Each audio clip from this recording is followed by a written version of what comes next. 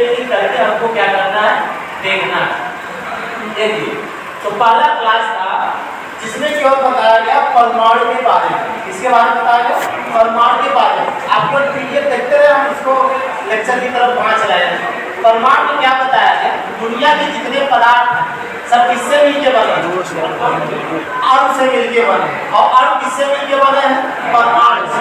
परमाणु या वही क्या होगा तत्व। अब इसके बाद परमाणु किससे मिलके बने हैं, कौन कौन, स्थायी कण और अस्थायी।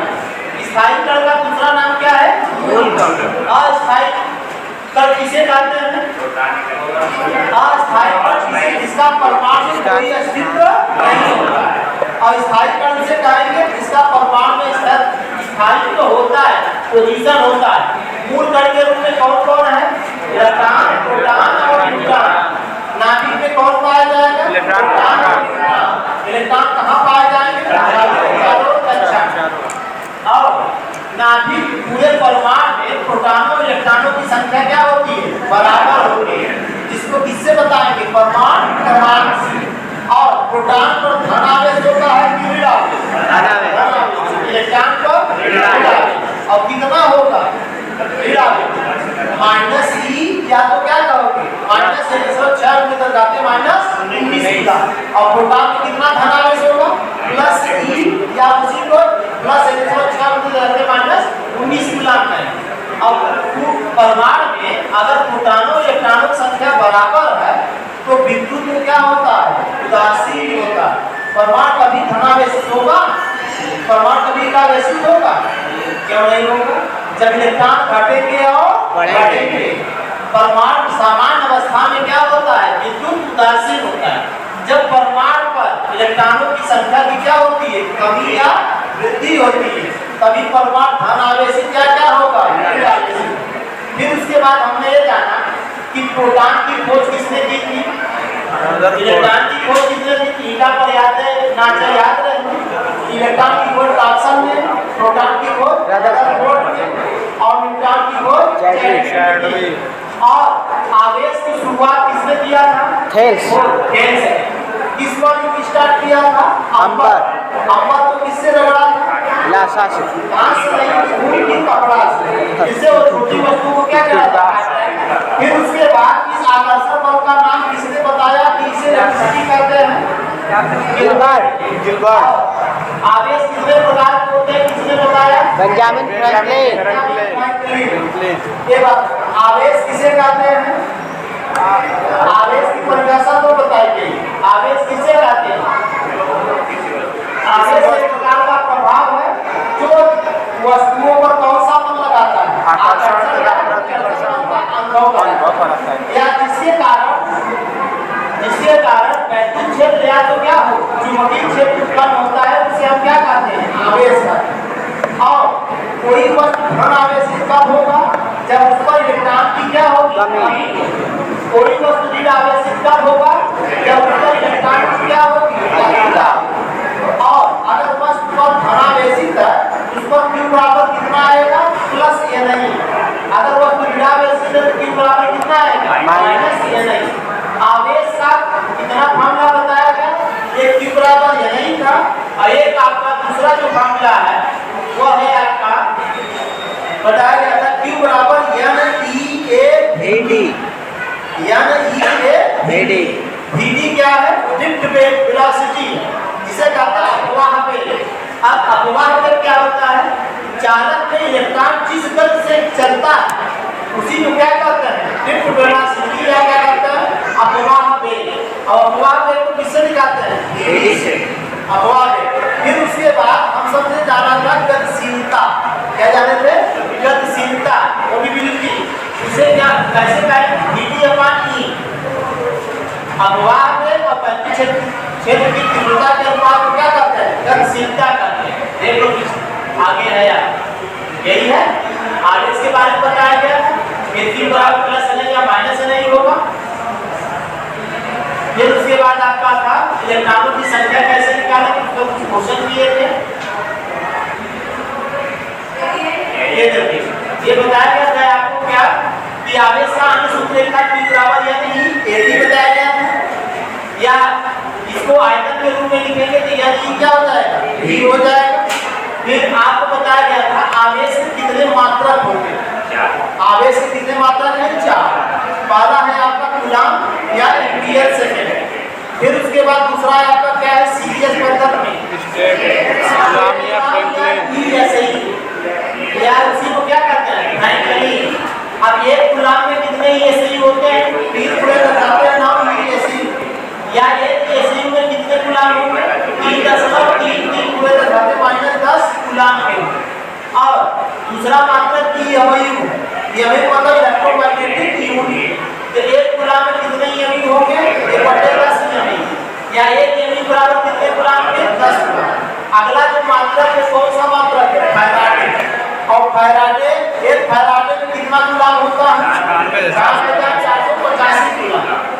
या एक कूलम्ब बराबर कितने फैराडे के, 1/64 आपका 485 के होगा। अब ध्यान सुने, फैराडे सीरीज पद्धति में मात्रक है कि एमकेएस पद्धति में, एमकेएस याद रहे। फैराडे जो आवेश का मात्रक है वो किस पद्धति का है, एमकेएस पद्धति का है। सीरीज पद्धति का नहीं, ये सदा याद है, किसमें है, एमकेएस पद्धति का। फिर दो समान आवेश एक दूसरे को क्या करेंगे, आकर्षित करेंगे, और विपरीत आवेश क्या करेंगे, समान आवेश आकर्षित करेंगे और विपरीत आवेश प्रतिकर्षित करेंगे ना। समान आवेश क्या करेंगे, प्रतिकर्षित, और विपरीत आवेश क्या करेंगे, आकर्षित करेंगे। तो कुछ पॉइंट बताए थे। फिर आवेश बताया जाए जो 50 के फ्रैंकलिन बेंजामिन ने बताया था 2 प्रकार के होते हैं, और चालकों में धारा किसके कारण बहती है, इलेक्ट्रॉन के कारण। ये इतनी बातें हमारी थी आवेश के बाद।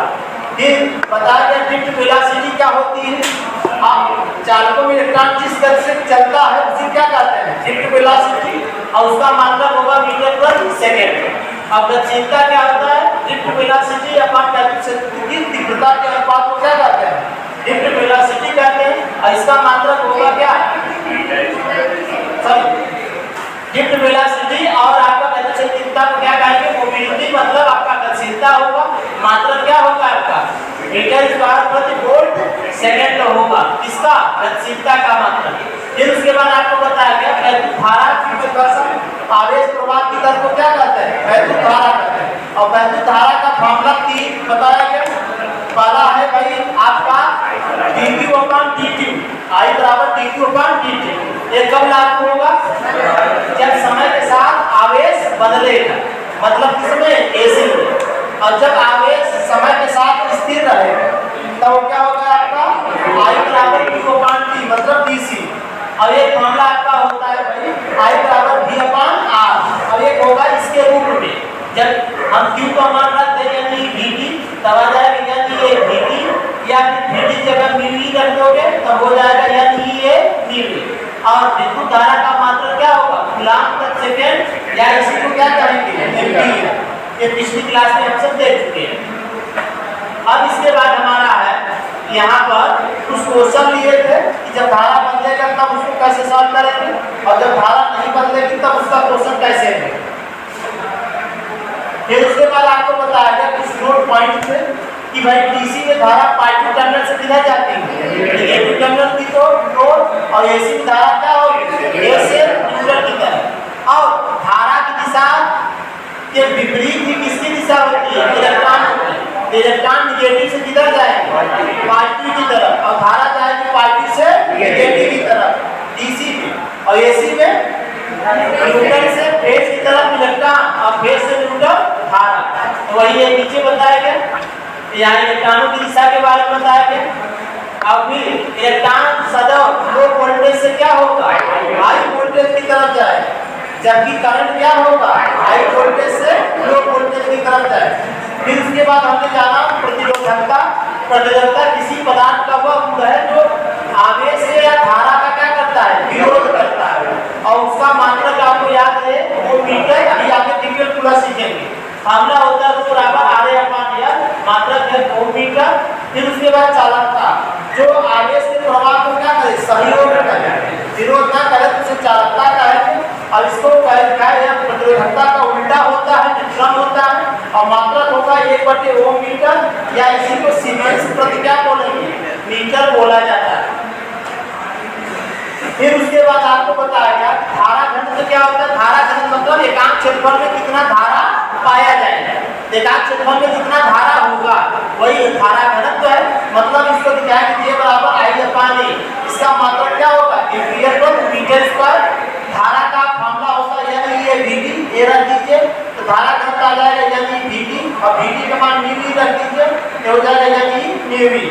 और फिर उसके बाद ये नहीं की जगह Q रख सकते हो, एनआई की जगह Q रख दे, Q आ जाए QV, और QV बराबर होता है सिग्मा के, इसलिए J बराबर लिखेंगे सिग्मा E। यही आपका ओम नियम को भी प्रूव करेगा। आगे जब ओम का नियम पढ़ेंगे तो हम प्रूव करके दिखाएंगे कैसे ओम के नियम के बराबर है। फिर आगे बताया गया वैद्युत क्षेत्र क्या है। किसी आवेश से क्या होगा, चारों ओर का वह क्षेत्र जिसमें दूसरा आवेश क्या करे, आकर्षण या प्रत्यावर्तन बल का अनुभव करे, उसे हम क्या बोलेंगे, वैद्युत क्षेत्र।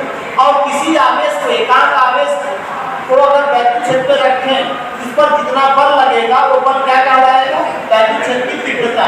वैद्युत क्षेत्र में एकांक आवेश पर लगने वाला बल क्या कहलाता है, वैद्युत क्षेत्र की तीव्रता।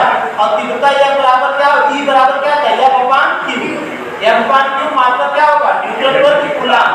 एक मामला होगा V/D या तो होगा वोल्ट प्रति मीटर। ये दोनों मात्रक। अब वैद्युत क्षेत्र का सदिश राशि है, सदिश राशि, सदिश राशि। फिर उसके बाद हमारा बताया गया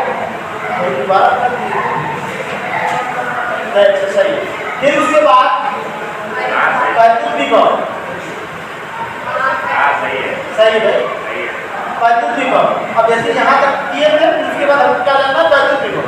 तो वैद्युत विभव किसे कहते हैं, जब आनंद से क्या करेंगे, एक कूलम आवेश को लाने में जो कार्य करना पड़ेगा उसी का नाम क्या है, वैद्युत विभव। और ये होता है W/Q, मात्रक होगा जूल प्रति कूलम, या क्या होगा, ये पिछली क्लास में हम सब जान चुके हैं। फिर उसके बाद आपको बताया गया विभवांतर। विभवांतर किसे कहते हैं, परिपथ के दो बिंदुओं के विभव के अंतर पर विभवांतर, या एक बिंदु से दूसरे बिंदु तक एक कूलम आवेश को ले जाने में किया गया कार्य क्या कहलाता है, विभवांतर। विभवांतर का फॉर्मूला भी होगा आपका VA-VB, या VA अंतर VB के, या तो W/ क्या होगा, Q के बराबर। दूसरी परिभाषा के अनुसार विभवांतर का भी मात्रक क्या होता है, कूलम या वोल्ट। अब विभवांतर निकालने का तरीका बताया।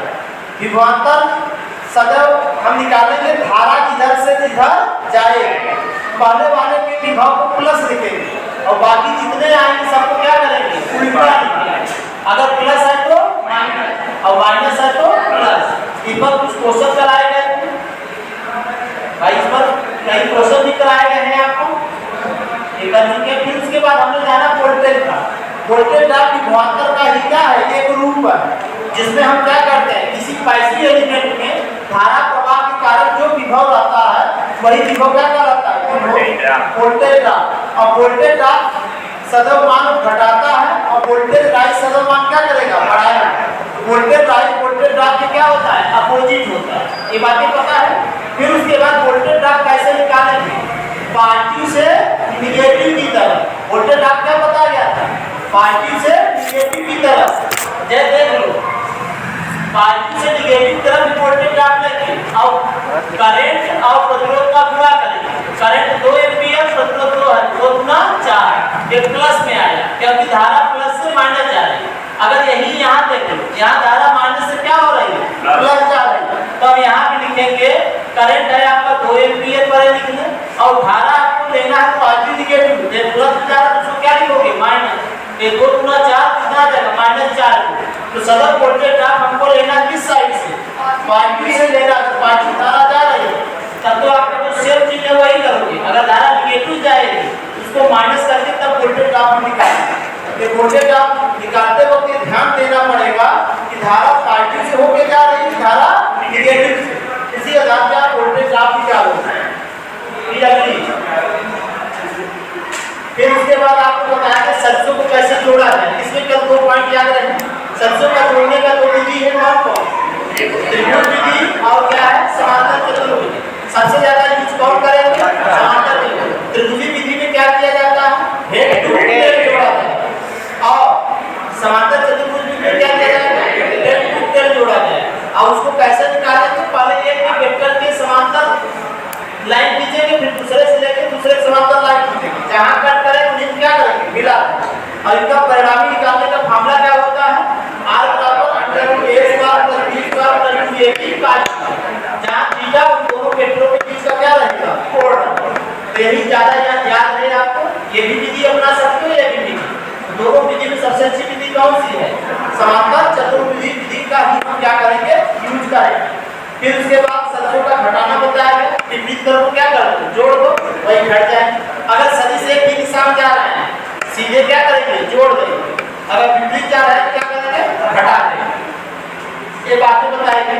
फिर उसके बाद सदिशों को घटकों में कैसे तोड़ा था, तो उनको क्या करेंगे, कितने घटक होते हैं, तो एक क्षैतिज और ऊर्ध्व। तो कैसे बनाएंगे कि किधर काश का गुणा करेंगे, किधर साइन का, जिधर से कोण बनेगा, जिधर से कोण बनेगा उधर काश का गुणा, और जिधर कोण नहीं रहेगा उधर क्या होगा, साइन का गुणा रहेगा। और जिसमें आपका काश का गुणा होगा उसे हम कहते हैं एक्टिव कंपोनेंट।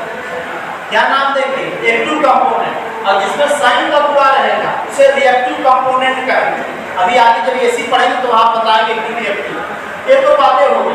अब किसी सदिश को दो घटकों में तोड़ना जानना है और उनका मान भी निकालना चाहिए। और मान निकालते हुए ध्यान दें, जिधर कोण रहेगा उधर काश का गुणा, और जिधर कोण नहीं रहेगा उधर क्या करेंगे, साइन का गुणा करेंगे। इसमें ये बातें ध्यान देने योग्य है। फिर उसके बाद आपको बताया गया मात्रक। मात्रक, मूल मात्रक कितने हैं, 7 और मूल राशियां कितनी है, 7। लंबाई, द्रव्यमान, समय, ताप, विद्युत धारा, जो तीव्रता, पदार्थ की मात्रा, ये सब क्या है, 7 मूल राशियां, उनके साथ मात्रक, तीव्रता, बीमा। और फिर इसके बाद बताया गया व्युत्पन्न राशि। क्या बताया गया, व्युत्पन्न राशि। व्युत्पन्न राशियां किसे कहते हैं, जो मूल राशियों से मिलकर बने होते हैं। और मूल राशियां किसे कहेंगे, जो एक दूसरे से क्या हो, स्वतंत्र हो। लंबाई पता है तो द्रव्यमान बता सकते हैं, अगर समय पता है तो लंबाई द्रव्यमान बता लोगे नहीं। जो राशियां एक दूसरे से क्या हो, स्वतंत्र हो, उन्हें हम क्या कहेंगे, मूल राशियां। और जो राशियां मूल राशियों से मिलकर बनेंगे उन्हें हम क्या कहेंगे, व्युत्पन्न राशियां कहेंगे। और फिर उसके बाद बीमा निकालना बताया। अब बीमा निकालने के लिए आपको बताया गया 6 बीमा आपको याद करना पड़ेगा। जैसे यहाँ पे क्षेत्रफल, आयतन, चाप, त्वरण, अवकार और बल, ये पता रहेगा तो आपका दुनिया का कोई भी बीमा आएगा, सभी बीमा को क्या करेंगे, आप निकालना। ये पिछली क्लास में हम सब ये देखे थे। चलिए इतनी कहानी हो गई। फिर कुछ बेसिक गणित जो जाने आप, आज आगे क्या जाना, त्रिकोणमिति का। क्या जाने हो आप भाई, त्रिकोणमिति।